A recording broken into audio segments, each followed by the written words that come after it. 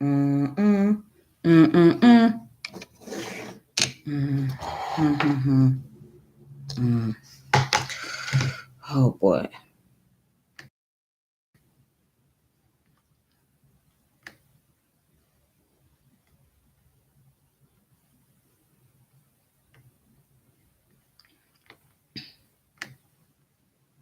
All right. All right. All right. All right. All right. So may peace and power and elevation be to all of you. This your girl Tiffany coming through here live in effect. And today I want to get on this subject about the psychopathology within our community. From and these things, this subject is not something that we often discuss because we experience it so much.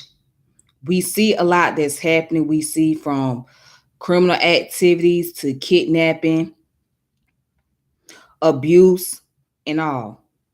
But the reason why I'm really on this subject only because the massacre that took place, well, the shooting that took place at the University of Virginia, and also the incident that happened in Walmart in Virginia, and the Shanquella Robinson situation. Okay, so before I get started, I want to I want to break down what is psychopathology. Then when we go from there, I want to talk about the incidents, each of the incidents that took place. Okay.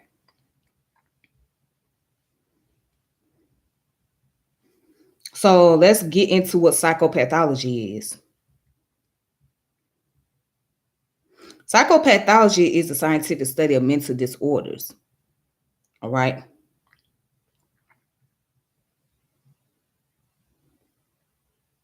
So let's go into it.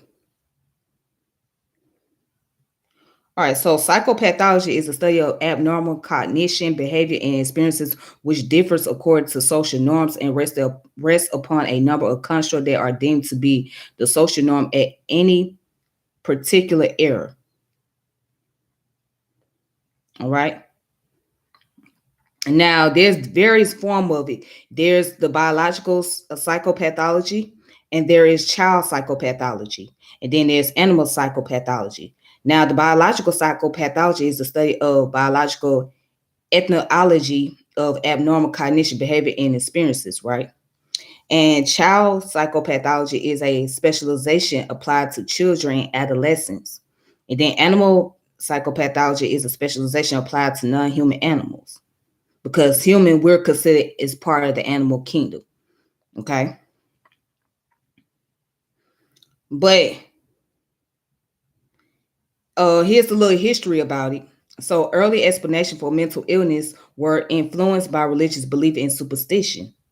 Psychological conditions that are now classified as mental disorder were initially attributed to possession by evil spirits, demons, and the devil. This idea was widely accepted until the 16th and 17th centuries. Individuals who had these so-called possession were tortured as treatment or as Foucault outlines in the History of Madness, viewed as seers, Joan of Arc. Religious practitioners used this technique in hoping to bring their patient back to sanity, but increasingly there was a shift to the great confinement. Then it goes on to say the Greek physician Hippocrates was one of the first to reject the idea that mental disorder were caused by possession of demons of the devil. He firmly believed the symptoms of mental illness were due to disease originating in the brain. Hippocrates suspected that these states of insanity were due to imbalance of fluids in the body.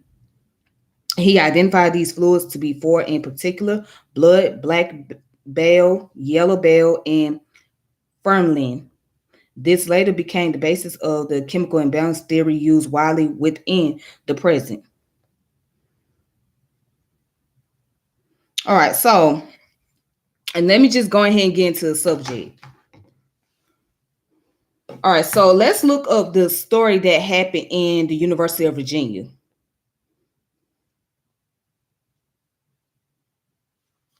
Let's look at University of Virginia shooting.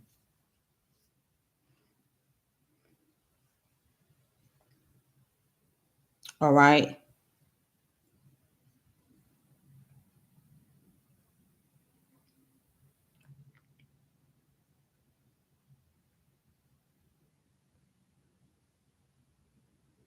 All right. So in this, according to the article from WBRZ, Mike Hollins reunites with teammates as he recovered from UVA shooting. So it says one of the guys that was shot in the incident, he survived. All the rest of them passed away. So it says in Charlottesville, Virginia, Mike Hollins reunite with his teammates just days after being released from the hospital, where he's recovered from injuries he sustained in a mass shooting at the University of Virginia. A video recorded by the university and shared by Hollins' family on social media Thursday morning shows an emotional gathering at a football training facility.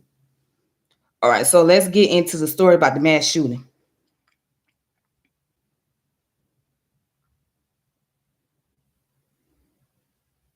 All right, so it says a former high school football star from Baton Rouge was among several college players shot at the University of Virginia on Sunday. 3 people died, and Michael Hollins was one of the 2 students wounded in the attack.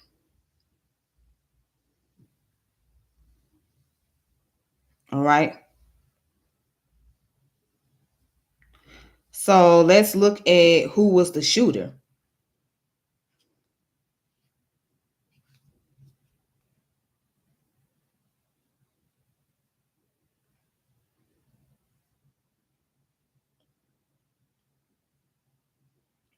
All right. So the suspect is Christopher Darnell Jones Jr. All right. So he's the one that allegedly shot one of the players while he was sleeping, and he killed Lavelle Davis Jr. and Deshaun Perry. Okay. So he killed 3 people and 1 person got injured. All right. So this is Christopher Darnell Jones Jr. All right.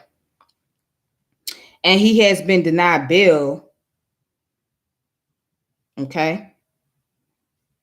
So it says Jones faces 3 charges of second-degree murder and 3 counts of using a handgun in commission of a felony. And then goes on to say when the bus returned to Charlottesville campus, authorities said the 22-year-old opened fire on the bus, killing Chandler, Davis, and Perry.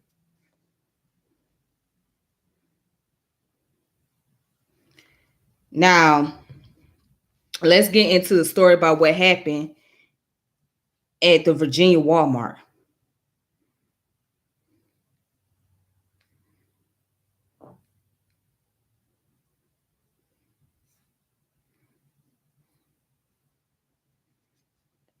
Okay, so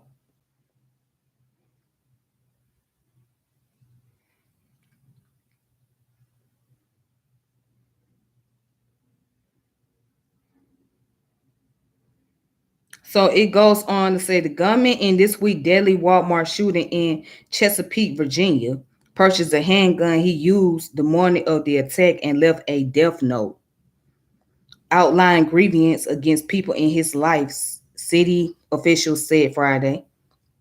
It said the note found on his phone talks about God, the Holy Spirit, and how the author felt his associates were mocking him. Walmart uses the term associates for some of its employees. The associates gave me evil, twisted grins, mocked me, and celebrate my downfall the last day. That's why they suffer the same fate as me. Okay. And it says, I wish I could have saved everyone from myself. The notes continue. My God, forgive me for what I'm going to do.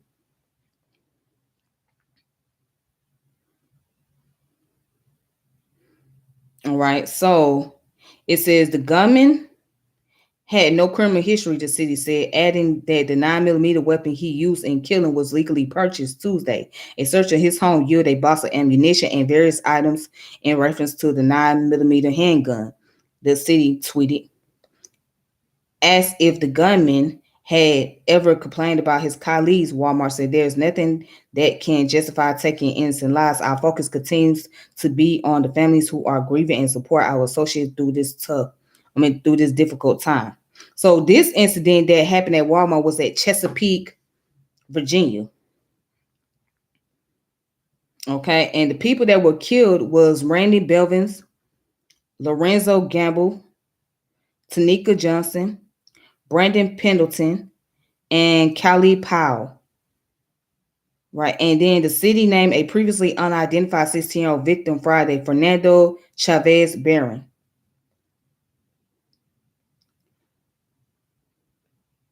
So the person that did the killing,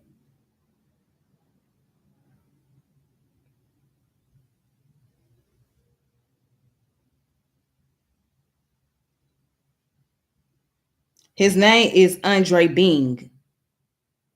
That's his name. His name is Andre Bing. So Andre Bing, who was the manager at the Walmart, killed all those innocent people. All right. So let's talk about Christopher Davids Jr. and Andre Bean. What we witnessed was the psychopathology of two individuals. And what we have to learn is that some people can recover from their psychopathology once they realize their mistakes and they do what they can to better themselves and learn from it. And there are those who you just have to let go. Some people in our community got to go. Some people just don't deserve to walk the streets. It may sound harsh, but that's the reality. You cannot save everybody. Everybody's not going to change. So some people got to go.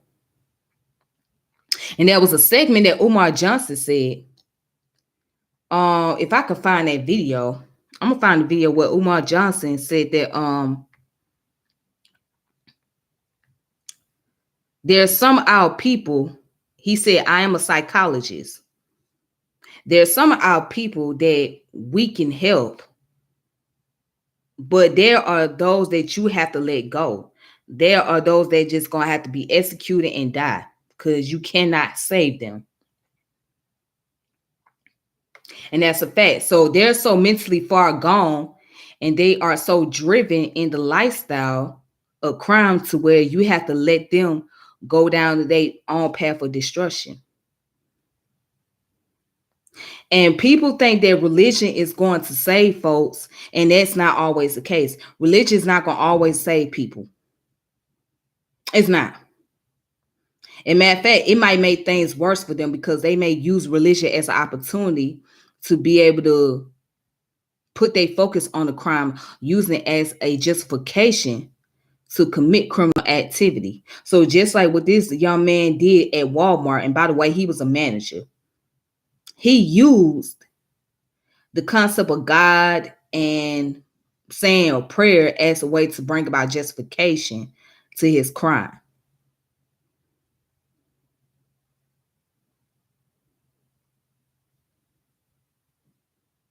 So again, there are people that you cannot save.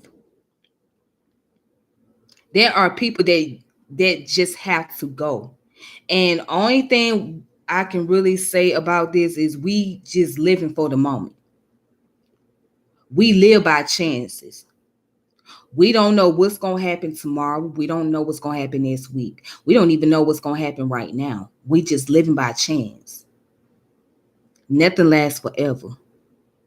Nothing lasts forever. You never know what goes through people's mind. You never know what goes through people's mind. You don't know their motive.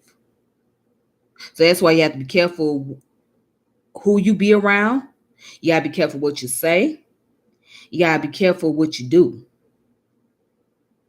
because you don't know people's motives. You don't know what is in people's head. You don't know what that person is thinking at that moment. You really don't know.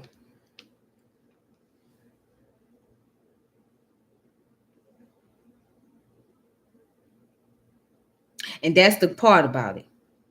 See, we can judge a person based on how they look and how they present themselves. And you may think, well, this person seems harmless. This person doesn't seem like he or she would do something. But then when they start to let their dark side out, then that's when you start to see, okay,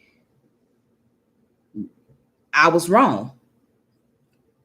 There's going to be red flags. The moment you start to see red flags about an individual, that's when it is time to depart yourself. It is time to go to another direction because it shows you that these individuals cannot be trusted. So just because somebody comes to you with charms and do nice things and pleasant smiles does not always mean that that's the type of person they are.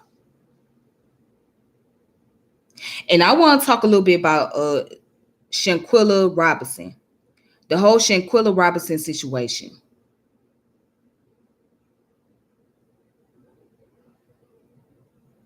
That's psychopathic.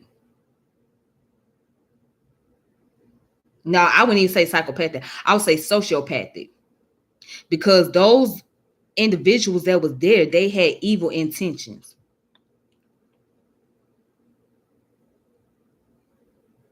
They had a motive. And I don't care what anybody say, in my opinion, my humbly opinion, they set that girl up. That girl was set up to be killed. That girl was set up by her so-called friends.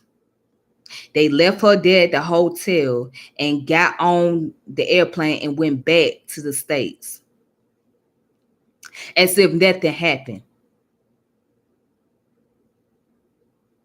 And they gave her mother back her stuff.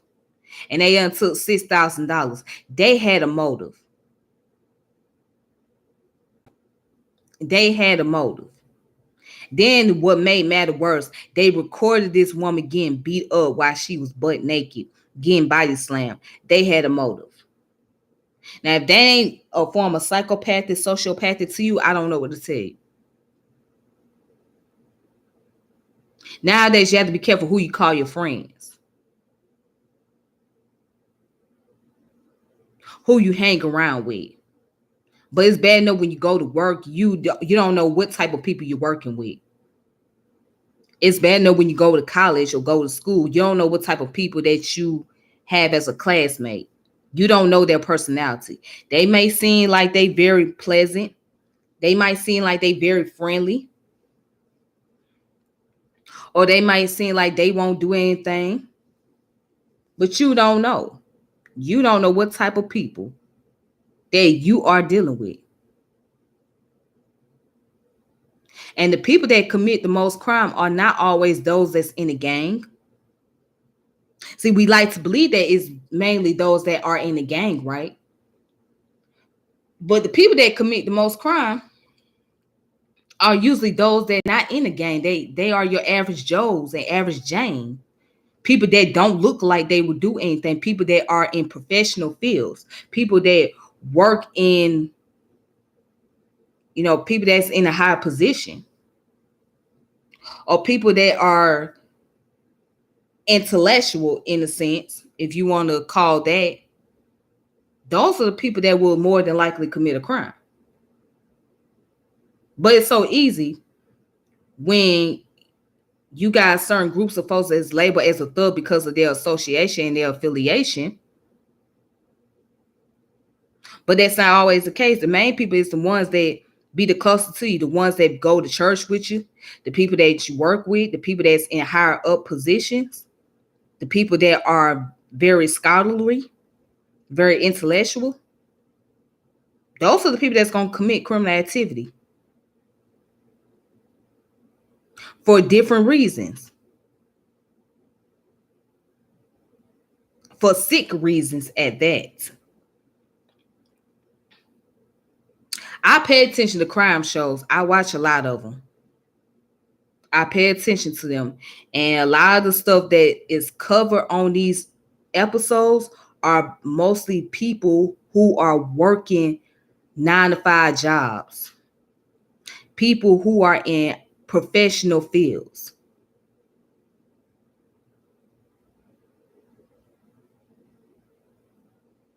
People that you would never think they would do such a thing, but they know how to disguise themselves really well. People know how to hide what their real intentions are. And then by the time you find out, it's too late. So, what to sum it all up, life itself is like a game of chess. You're playing a game of chess out here, not checkers. So somebody somewhere is going to try to pull a chess move on you. Again, somebody somewhere is going to pull a chess move. And somebody's going to have you fooled.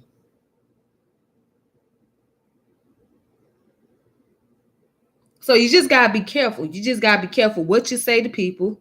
You got to be careful what you do in front of people. And you got to be careful who you have in your circle. You got to keep your eyes open at all times. You got to look around your environment at all times. Don't just pay attention to the customers, also pay attention to your coworkers. Pay attention to your coworkers. Pay closely attention, especially those that's higher up. Pay attention to your managers. You got to pay attention to people. You got to pay attention to people. Pay closely attention to them.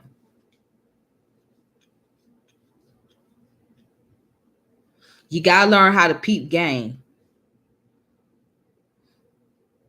If something ain't right, then you got to trust your instinct.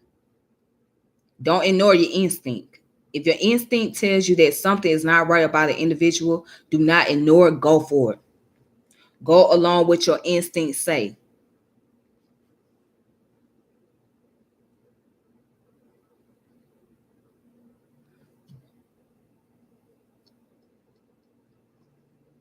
And again, we just gotta be mindful. We really have to be mindful and have to be really careful of our environment and our surroundings. Because there's a lot of psychopath and there's a lot of sociopath.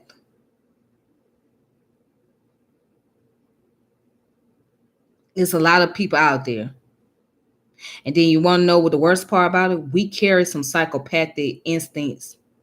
We carry sociopathies in us. We all got some form of mental illness that we don't deal with, that we don't know anything about, or we refuse to look at or acknowledge.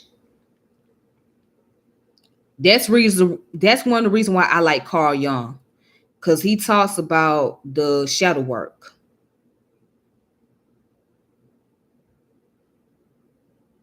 That's why I like analytical psychology, because you have to be able to learn how to analyze yourself. You have to be able to really know who you are. What is your whole intention? What is your whole goal? What is that part of you that you need to work on? If more and more people would do shadow work with themselves, they'll be able to know how to go about dealing whatever their thoughts are, how to control their thoughts and how to control their feelings. But it's not enough shadow work done. What it is people masquerading themselves. They masquerade. They disguise themselves as something they not. But it's not enough shadow work. Now, if more people would have done that, there'll be people that learn how to control their thoughts, control their feelings, control what they say, and control their action. There'll be a lot of self-control, is what I'm saying. And a lot of people do not have self-control. They don't practice self-control because they lack the discipline. Now, there are people that get pushed on the edge and they get tired and they get fed up. But again, you still got to have the discipline. You still got to have discipline. And that's the problem. And with lack of discipline, lack of self-control, brings about psychopathies. Not only psychopathies, but sociopaths. That's where it brings. But in the end, you can never stop. You can never stop crime. You're not going to stop people from killing each other. The only thing, the goal is to reduce crime, but you can't never stop crime from happening. Because there's going to always be somebody that's going to commit a crime, especially when it comes to survival. There's going to always be some psychos out there. There's going to always be some sociopaths out there. So the main goal is to bring awareness. Awareness to the general population.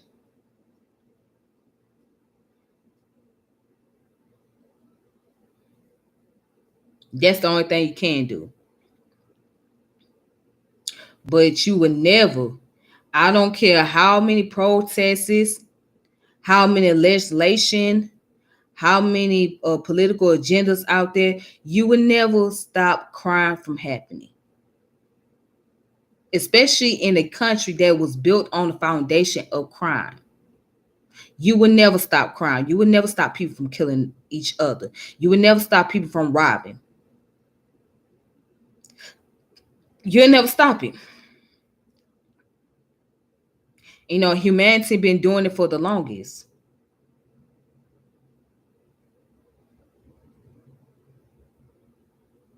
Now you can protect yourself, but human been committing crimes for the longest.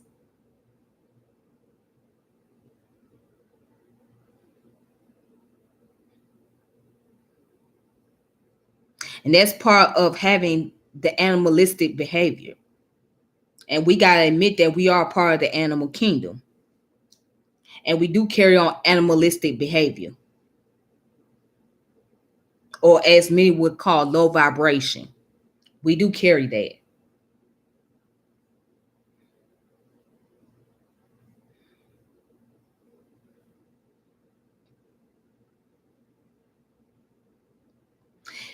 If we study more about science and social behavior, psychological behavior, social psychology,